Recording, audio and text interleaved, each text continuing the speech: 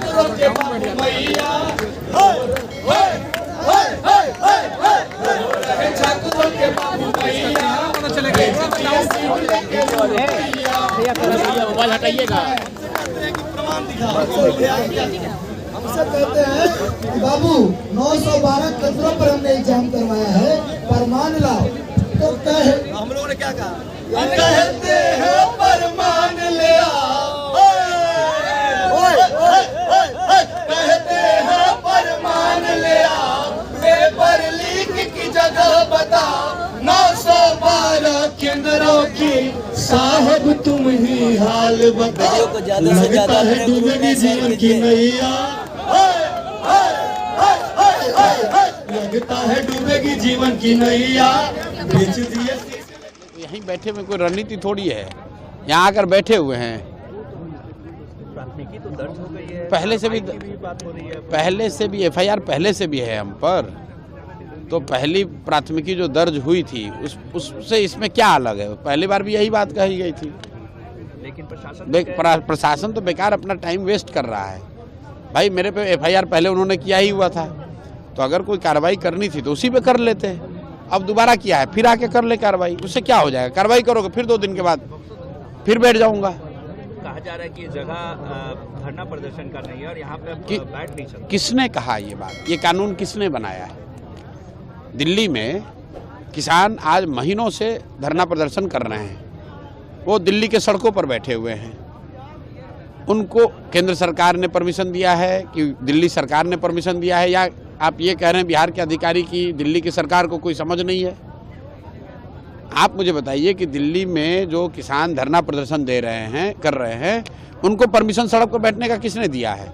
उनको पकड़कर क्यों नहीं सरकार अरेस्ट कर रही है? और अगर दिल्ली के सड़कों पर कोई प्रदर्शन कर सकता है तो बिहार के गांधी मैदान में कोई क्यों नहीं बैठ सकता है? हम कोई यहाँ हल्लागामा कर नहीं रहे हैं, कोई सार्वजनिक संपत्ति को नुकसान पहुँचा नहीं रहे हैं, चुपचाप बैठे हुए हैं। और सार्वजनिक जगह है, 50, 100, 200 लोग हमारे साथ बैठे हुए हैं।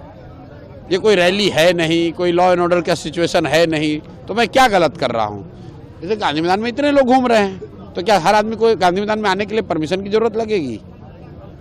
लेकिन मुद्दा तो बीपीएससी का है ना भाई, मुद्दा तो बिहार के युवाओं का है, खाली बीपीएससी का क्यों है? मुद्दा तो हमने लिख कर दिया है, आप देख लीजिए। मुद्दा ये है कि नीतीश कुमार जो यहाँ अभी सत्ता में बैठे हुए हैं 2015 में, जिन युवाओं से मिलने के लिए उन्होंने इनकार कर दिया, इन्हीं के घर घर जाकर, गांव-गांव जाकर कहा कि भाई हमें वोट दो, मैं सारे बेरोजगार युवाओं को 1000 रुपये महीना कम से कम भत्ता दूंगा, बेरोजगारी भत्ता दूंगा। 10 साल हो गया, बच्चों को पैसा नहीं दिया। मुद्दा ये है कि पिछले 10 वर्ष में जितनी बार पेपर लीक हुआ, सरकार ने बड़ी बड़ी बात कही, लेकिन आज तक कोई शिक्षा माफिया गिरफ्तार नहीं हुआ। आज तक पेपर लीक मामले में किसी को सजा नहीं हुई, कोई दोषी अधिकारी पर कार्रवाई नहीं हुई।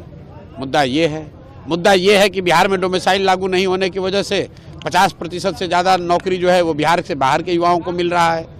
क्योंकि नीतीश कुमार को प्रधानमंत्री बनने का नशा था, तो सोच रहा है डोमिसाइल नहीं लागू रहेगा तो दूसरे राज्य वाले नीतीश कुमार को वोट देंगे, और बिहार के बच्चों का भविष्य बलि पे चढ़ाया जा रहा है। मुद्दा ये है कि लोकतंत्र है, आप गांधी की बात करते हैं और आप यहाँ लाठी तंत्र बनाए हुए हैं। पिछले 3 वर्ष में 87 से ज़्यादा शांतिपूर्ण प्रदर्शनों पर, धरनों पर नीतीश कुमार ने लाठी चलवाया है।